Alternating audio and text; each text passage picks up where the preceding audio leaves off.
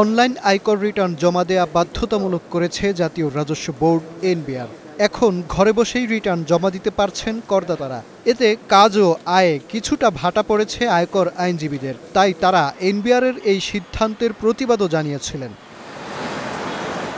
এবার tax representative management system software চালু করল এনবিআর, যার মাধ্যমে করদাতার পক্ষ থেকে রিটার্ন পূরণ করতে পারবেন আয়কর আইনজীবীরাও।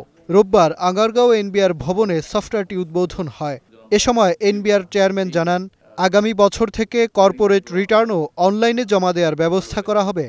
আর ট্যাক্স প্র্যাকটিশনারদের জন্য এটা একটা বিরাট সুযোগ যে আপনার নিজস্ব একটা ডাটাবেজ এখানে তৈরি হয়ে যাচ্ছে।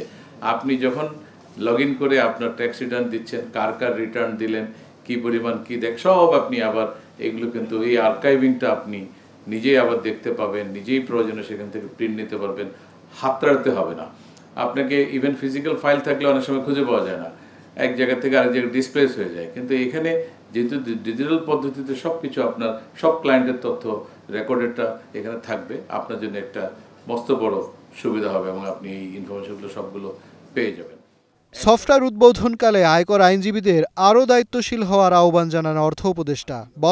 বলেন সরকারি সেবাদাতা প্রতিষ্ঠানে গ্রাহক হয়রানি কমিয়ে আনতে হবে, আর সব খাতে সেবা বাড়াতে কর্মকর্তা কর্মচারীদের সদিচ্ছা থাকা প্রয়োজন বলেও মন্তব্য করেন তিনি।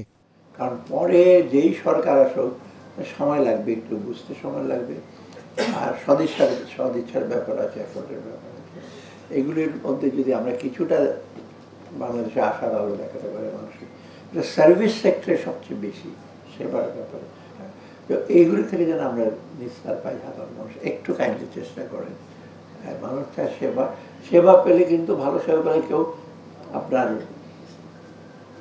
কৃপণতা করবেন আপনার সেবার মূল্য দিতে। আর যদি মাসেল টুইস্টিং করে করেন তবে আমি আশা করি বিশেষ করে আমাদের রেভিনিউ সেক্টরে ট্যাক্স অফিসিয়ালদের, এনবিআর অফিসিয়ালদের সাথে সাথে আপনাদের একটা দায়িত্ব খুব বেশি। এছাড়া করের হিসাব মেলাতে কর আইনজীবীদের সৎ থাকার পরামর্শ দেন অর্থ উপদেষ্টা। মাজহার মাহবুব, স্টার নিউজ, ঢাকা।